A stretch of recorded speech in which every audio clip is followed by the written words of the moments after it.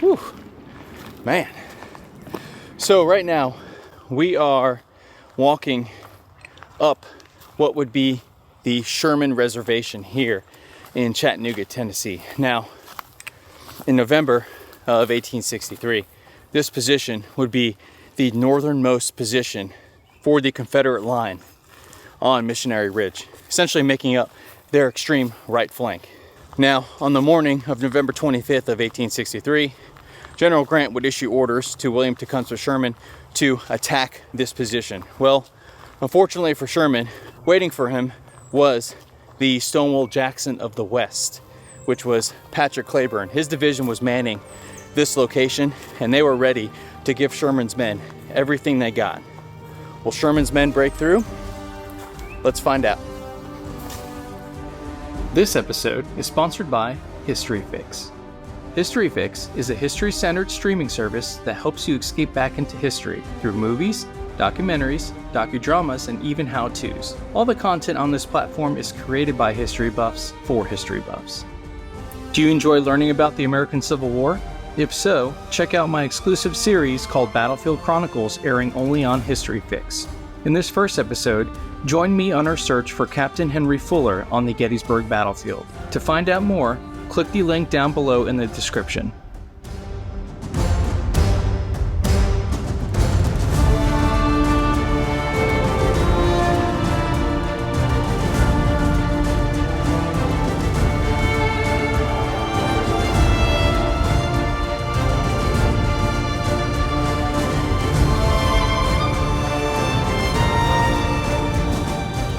If we can't hold such a line as this against those blasted Federals, where is the line or position between here and the coast of Georgia that we can hold?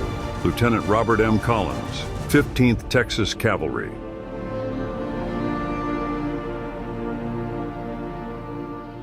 So the area that we're ascending here at the time of the battle was called Tunnel Hill. And it was called a tunnel because a railway tunnel ran underneath this hill here. And right off the bat, I can see why this was a pretty strong defensive position here. So we started our trek about 100 yards that way, and it has been straight uphill. And we're slowly making our way up to where Patrick Cleburne's division would have been manning this position.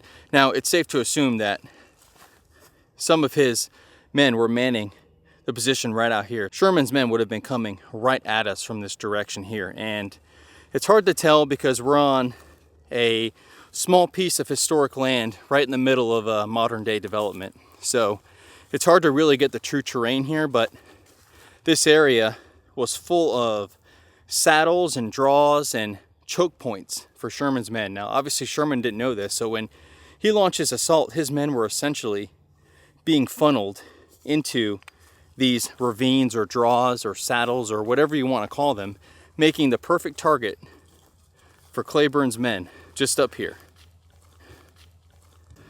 All right, so we've emerged from the trail and into a clearing here, and let me tell you what, this clearing here is helping provide a little bit more clarity into this attack. So again, it's probably hard to see past the trees here, but Sherman's men would have been advancing towards us on the camera, and Cleburne's men would have been holding the high ground here. Now again, it's hard to tell, but this ridge drops right off,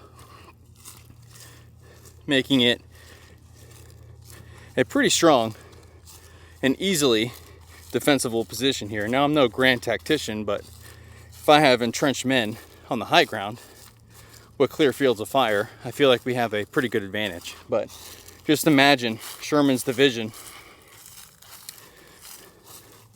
coming right at us here. And like I said earlier, there's a lot of draws and saddles here. So they were being funneled into these choke points, and the Confederate artillery, along with the infantry entrenched on the high ground here, were just riddling their ranks.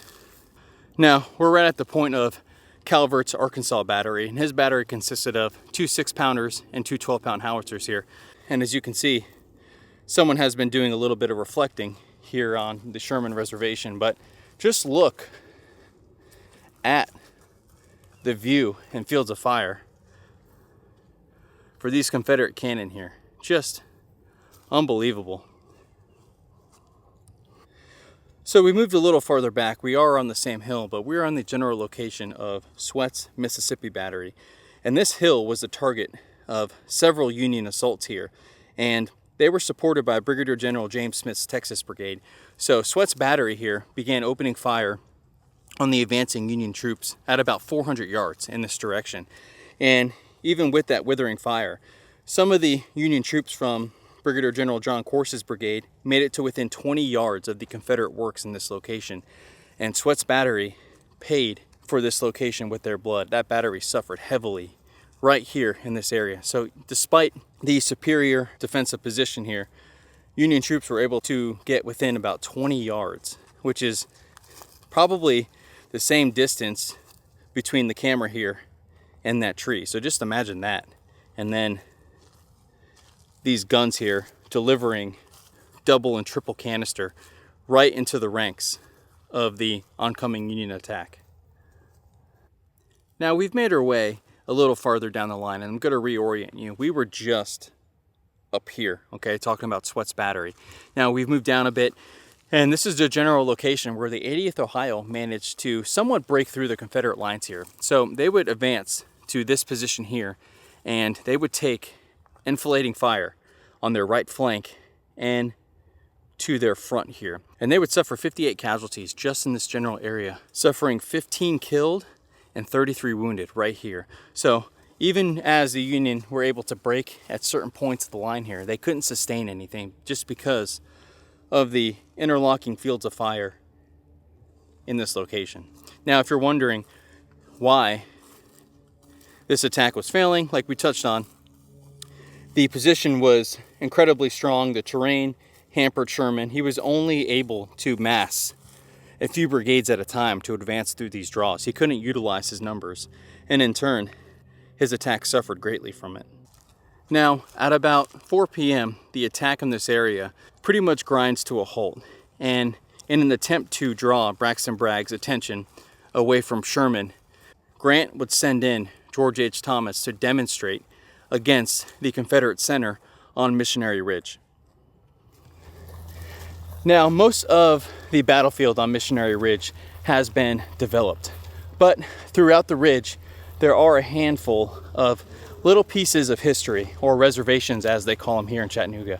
So we're going to stop at those and hopefully try to piece this battle together as best we can to better understand the Battle of Chattanooga.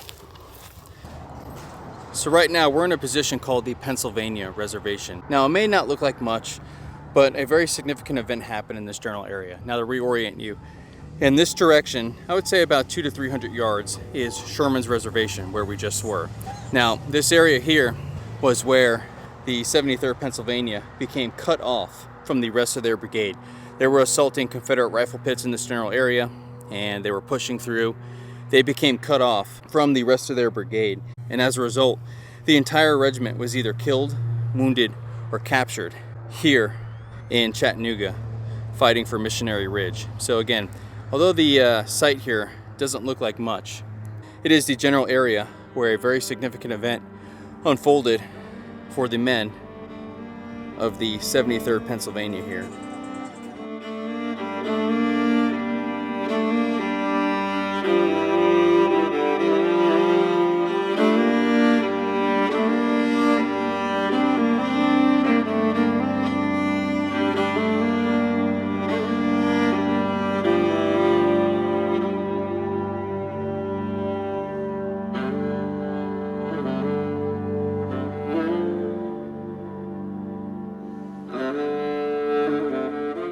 So we have worked our way from the Sherman Reservation and Pennsylvania Reservation, and now we are at a place called the Delong Reservation. Now the Sherman Reservation was in this area here. So our first stop on our trek through Missionary Ridge here, or at least what would be the center of Missionary Ridge, is the Delong Reservation. And this spot is significant because it saw some pretty heavy fighting.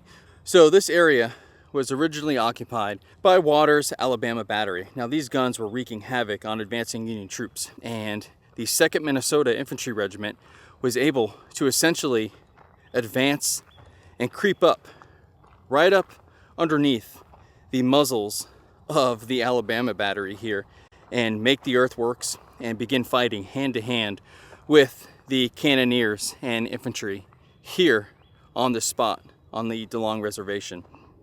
Now, like I just said, hand-to-hand combat would break out between the 2nd Minnesota and the men of General Zachariah Dee's brigade, and the cannoneers were actually caught in the act of reloading their gun when the 2nd Minnesota made the works here, and the cannoneers manning these guns were bayoneted, and this area quickly fell. But you can just imagine these cannons just wreaking havoc on your advance in this general direction, and you're able to personally take them out and silence these guns so they don't wreak havoc on the rest of your Union comrades. So I've worked my way down underneath the muzzles of the Alabama battery here at the Delong Reservation. I just kind of wanted to show you the terrain as best I could. I know it's kind of covered in this thick foliage here, but you can kind of see the aggressive slope here and how advancing right up under the muzzles of these Confederate guns here, and keep in mind there were also earthworks here and infantry support, kind of gives you a whole new perspective of what these men went through. As my men sprang over the works, the enemy's cannoneers were caught in the act of loading and were bayoneted or driven off before they could fire their pieces. Colonel Ferdinand van der Veer. So I've worked my way down from the Delong Reservation here, and I found a little piece of clearing here that I thought would offer a much better visual of the terrain here. And you can just see how it just slopes down from the crest here. And this is what the Union was advancing up. You can see a couple markers in the distance here, so you can just imagine the Union troops advancing on the crest of Missionary Ridge here. It really puts things in perspective here, and if you want to get that view for yourself, it is right next to the Delong Reservation here. All right, so we're making our way from the Delong Reservation to the Turchin Reservation. Now, if you want to see these sites for yourself, keep in mind there is no parking at the Turchin Reservation. You're going to have to park at the Delong Reservation and walk. I believe we mapped it out. It's about a 7-minute walk from the Delong Reservation to the Turchin Reservation, so that's what we're doing now. And just keep in mind, it's an old area, so the sidewalks are kind of small, so be vigilant of that, but anything for the sake of history, right? Still making our way to the Turchin Reservation, but I just wanted to stop and give you a nice little shot here of the surrounding area. So we're on Missionary Ridge, right there in the distance. That's Lookout Mountain. Wherever you are in Chattanooga, it's always looking over your shoulder. But as you can see, the terrain here, once again, how it just slopes right up. All right, so we're approaching the Turchin Reservation. Now, it's called the Turchin Reservation because this is the area where Brigadier General John Turchin and his brigade would advance up the summit to Missionary Ridge here. Now, as they were advancing, keep in mind they're being hit with small arms fire, and they were also being hit with enfilading fire from that Alabama battery that we talked about on the Delong Reservation. So that was slamming right into the flank of Turchin's men who were advancing in this general area here. Now, Turchin's men were also experiencing fire from the Confederate battery to their front. So when they made the summit here, they definitely had a vested interest in silencing this battery that was wreaking havoc. So they would capture this area, capture 2 pieces of artillery that were stationed here, and hold the line here. Now, supposedly, this is one of the first areas where the Union was able to break through, somewhere in this general vicinity. But here is the Turchin Reservation, and another little slice of history here on Missionary Ridge. The boys in the ranks began to climb the west side of the ridge, shouting, "Come on, boys," and on we went, without any orders, so far as I know, excepting our own. Private Samuel A. McNeil, 31st Ohio Infantry. So we've worked our way down just a tad from the Turchin Reservation. You can see it in the distance there. So we've moved down the roadway here, and there's a regiment that we've covered in a few episodes now. Now, we covered them at Chickamauga, and they got chewed up pretty good in the woods near Vineyard Field. And we also covered them at Orchard Knob. That happened a few days prior to the attack here on Missionary Ridge. And the 8th Kansas, they would assault Missionary Ridge from their position on Orchard Knob, take the enemy's rifle pits at the base of Missionary Ridge, make the crest here, and they would actually advance beyond the development that you're seeing here today, where they would have a nice little dust up with the Confederates in the rear here. But you can see the 8th Kansas was looking for a fight here at Chattanooga after what happened to them at Chickamauga.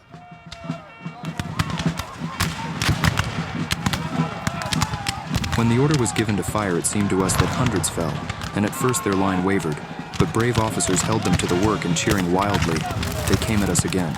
All at once I heard someone shout, "For God's sakes, men, don't give up the field." I looked and saw our line wavering in the center, and above the heads of our regiment, when our color bearer Charlie Ulmer was waving the flag and calling to the boys to hold steady, the commanding general of our army, as well as that of our brigade, on their horses, were appealing to the wavering line. Charles C. Hemming, 3rd Florida Infantry.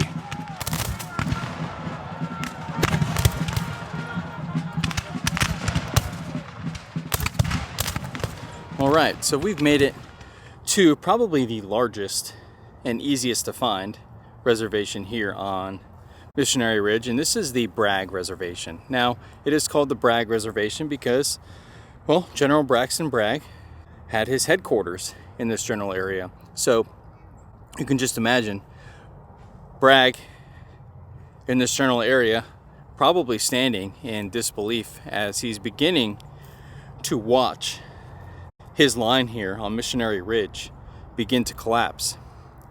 And as you can see, you have an influx of Union monuments before us here, Illinois monuments. And panning down to this one. This one's a little familiar to me because this is the 27th Illinois, and I believe JD with the History Underground had an ancestor in the 27th Illinois, and they were fighting in this area here at the Bragg Reservation. So JD, if you're watching this, walking on the very ground that your ancestor assaulted up here at the Bragg Reservation. Now, there's a few factors that went into the Confederate demise here on Missionary Ridge. One, the Confederates built rifle pits at the base of Missionary Ridge, but they also built their main entrenchments at the very crest of Missionary Ridge. Now, when you're talking in terms of military doctrine, you usually want to put your defenses on the military crest, which is usually several feet below the crest of the hill. One, this gave you better fields of fire, and two, you were essentially somewhat hidden against the backdrop with the rest of the hill. But the Confederates put their entrenchments at the top of Missionary Ridge. Now, I'm not critiquing them in any way, shape, or form. I don't know the circumstances that were surrounding their construction of their breastworks here, but that was one of the factors here. Now, another factor was the Confederates put those rifle pits at the base of Missionary Ridge. Now, some of those troops were told to pull back after firing 2 volleys. Some of those regiments weren't told that at all. So you can imagine some regiments firing 2 volleys and pulling back, and the regiment to their flank thinks that maybe they're retreating. So there was a lot of confusion at the base of Missionary Ridge. So once the Union easily took those rifle pits at the base of the hill, they decided on their own to continue up Missionary Ridge and take these entrenchments here. So there was just a vortex of confusion here for the Confederates on Missionary Ridge. Now, for orientation purposes, they have a map here, and I just want to show you our journey thus far. So we started here at the Sherman Reservation, and we've worked our way down the Delong Reservation, the Turchin Reservation, and now we are here at the Bragg Reservation here. So you can kind of see we've made our way down the line here on Missionary Ridge. Now, there is one more spot that I want to share with you, and I think it's pretty special. So we are coming up on our final stop here. Just past the Bragg Reservation is a stone marker to the 24th Wisconsin Infantry. Now, you're probably wondering why I'm highlighting the 24th Wisconsin. Well, once they made the rifle pits down at the base of Missionary Ridge, some of the units began bogging down. A man by the name of Lieutenant Arthur MacArthur would seize the unit's colors and yell, "On Wisconsin," and he would plant them on the enemy's breastworks, thus rallying the regiment at a critical moment, and they would begin advancing up Missionary Ridge here and break through the Confederate line on Missionary Ridge. Now, if the name Arthur MacArthur sounds familiar, or even if it doesn't, just know that he was the father of none other than Douglas MacArthur, who would rise to fame in World War II, and I believe win a Medal of Honor himself, thus being the only father-son Medal of Honor combo in our nation's military history. But this is the location where Arthur MacArthur would seize the nation's colors, yell, "On Wisconsin," and charge up the hill, leading the 24th Wisconsin. Pretty neat. Now, one thing we have to remember is the majority of people fighting in this war are obviously ordinary people, but many of them are just kids, 18, 19, 20 years old. Think about what you were doing at that age. Arthur MacArthur was 19 years old when he would grab the nation's colors, yell, "On Wisconsin," and run right into Confederate breastworks. That's incredible to me. And this is why preserving our history is so important. There are so many lessons of valor. And although it tends to glorify war a bit, we also have to remember that war is a terrible thing. And I think by coming to these sites, that is also a lesson that we need to learn. I hope you enjoyed our tour of Chattanooga here, and I hope you learned a thing or two. And like I always say, we'll catch you on the next one.